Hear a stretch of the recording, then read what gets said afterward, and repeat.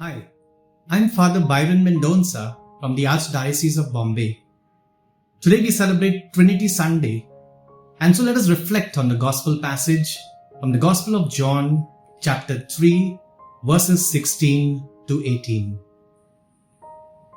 For God so loved the world that He gave His only Son, that whoever believes in Him should not perish but have eternal life.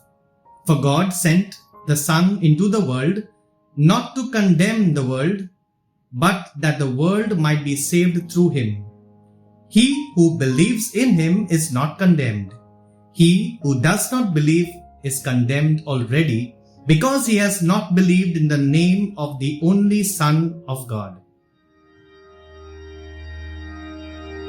Praise, praise, praise be to Jesus, now and evermore. All together. Praise, praise, praise be to Jesus, now and evermore. Through the words of the gospel, may our sins be wiped away. Amen.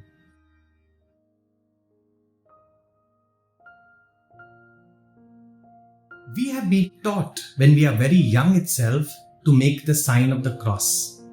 We have been also taught that we have to pray in the name of God the Father, in the name of God the Son, in the name of God the Holy Spirit. And that is what we do in the sign of the cross that we make, which we have been taught when we are young. That means, before we start our prayer, we sign ourselves. And whose name do we sign ourselves? In God's name. God the Father, God the Son, God the Holy Spirit. So what we call as Trinity. The Holy Trinity or the Triune God. So every prayer begins in the name of the Father and of the Son and of the Holy Spirit. It's so beautiful that we as Catholics begin every prayer calling on God's name, the Triune God. In Hindi it is said, "Hum Prabhu ke naam se pratna kare." Hum Prabhu ke naam se pratna kare. So it's so beautiful. That is in English we say, we pray in God's name. And that is why sometimes we do it so rapidly or so quickly that we do not understand the intensity of this prayer or the sign of the cross that we make. In the name of the Father and of the Son and of the Holy Spirit. The next time, probably when we pray using the sign of the cross, let us understand the great intensity of the power in the sign of the cross itself. Today, as we celebrate Trinity Sunday, we are reminding ourselves of the Triune God whom we worship, whom we believe. We worship the Triune God. We are believers in one God. We are called what is known as monotheist. Mono means one, single. Theist, that is a believer in God. And so every Catholic is called a monotheist. The first commandment tells us, "I am the Lord your God, there shall be no other gods before me." And that is why we believe in one God. So the Trinity are three persons but one God. The Trinity are three persons but one God who share the communion with each other. The Father, the Son and the Holy Spirit share this communion with each other. Three persons yet one God. Today I'm not going to share with you the mystery of the Trinity or to give you the theology of this whole mystery of the Trinity, but rather today's homily I would like to share with you more of an enhancing of our faith and what we normally could have a misunderstanding of the Trinity or the Triune God that we believe in. Some clarifications or the terminology that we use when we use it for worship to God. So what are these terminologies that in a way create a confusion in our minds? I put them in question form. So we will have a few questions which may be probably some misunderstandings or some doubts that we would have, and then we would have the answers towards it. So let us look at the screen. We'll have a few questions and I will answer these questions with regard to the Holy Trinity. The first question is the Trinity made up of three gods? I've already explained in my introduction, the Trinity is one God, not three gods. One God, Father, Son, and Spirit. These are three persons. God the Father, God the Son, God the Holy Spirit are three persons, but sharing community with each other as one God only. So, in short, the Trinity is a worship of one God alone.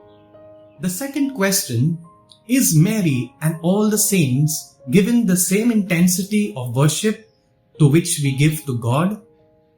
The answer is, worship and adoration is given only to the triune God. God the Father, yes, we worship Him. God the Son, yes, we worship Him. God the Holy Spirit, yes, we worship Him. But Mary, do we worship? No. Any saints of the Catholic Church, do we worship? No. We honor, we respect all the saints and Mary our Mother. Respect and honor and veneration is given to all saints and Mary, but not worship. Therefore, the terminology should be very clear. The words that we use should be very clear so that it doesn't create a misunderstanding to others. We worship God alone, the triune God. We adore God alone, Father, Son, and Holy Spirit. But we venerate, we respect, we honor all the saints and Mary, our Mother. The third question, isn't the devotion to Mary, our Mother, to our favorite saint, maybe Saint Anthony or Saint Jude, important for us? And the answer is yes. Devotions help us to come closer to God. Devotions to any saint or even to the Blessed Mother are important for us because it shows us the way to Jesus, shows us the way to God. And we model our lives according to the characteristics of these saints who lived their life as much as they could closer to the Lord. And they give us an example how we should live our lives. Their role is to pray, their role is to intercede for us. And so these devotions help us to come close finally to God. Our destination is to come close to God. Our destination is to come close to the triune God. These devotions are important. But the danger is that we could hijack these devotions or spiritually eclipse these devotions that we have and put it on a pedestal higher than the true worship in the Holy Mass or the Holy Eucharist. The Holy Eucharist is the highest form of worship. There is no devotion, no novena, not even a flying novena that is greater than the holy sacrifice of the Mass which we celebrate. Therefore, these devotions are subordinate to the Holy Mass. The Holy Mass is the source and summit of our Christian life, the highest form of worship. There's no prayer greater than the Holy Mass. And therefore, these devotions should not be overemphasized so much so that we, in a way, put the Holy Mass in a lower form or a subordinate form and overemphasize these devotions at a higher level. So carefully, we have to do our devotions not in a way that the Holy Mass is put secondary and the devotions take precedence. Here we need to be careful. While devotions are good, they help us, they lead us to the goal, that is to the Lord. At the same time, we should not eclipse the Holy Mass, the highest form of worship to the triune God. The fourth question, some people say, Saint Anthony or Saint Jude or Mother Mary granted my petition. I'm grateful to them. There's a slight technical error in this statement. Saint Anthony, Saint Jude, or any of our favorite saints or the Blessed Mother cannot grant us a petition on their own power. It is God who grants us our petition. What do these saints do? These saints take our prayer to God. These saints intercede for us. These saints or the Blessed Mother, they pray for us. They take our petition. They cry before God and they say, please, Lord, answer. And it is finally God who gives the answer. It is only God who, in a way, grants our petition. So instead of saying Saint Anthony or Saint Jude or Mother Mary has answered my petition or granted my petition, we should say Saint Anthony interceded for me. Through his intercession, my prayer was granted. Actually, obviously, by God. So Saint Anthony or Saint Jude or Mary our Mother interceded for me. Through their intercession, my prayer was answered. My petition was granted by God. So God has the power only to grant our petition. The saints only intercede and pray for us and take our petition to God. The saints only in a way help us that our petitions in a way cry out to God. The saints help us or they intercede and they pray for us. Their role is only to pray for us. They have no power of their own to grant our petition. So this is a technical terminology error that we use, which we must correct so that there is no confusion in the minds. It is God, the Father, Son and Holy Spirit, the triune God, the Trinity that grants our petition. Rest all our creatures. Only God is the creator. Saints, everybody else is a creature. Everybody else. It is only God who is the creator, and we worship only the creator.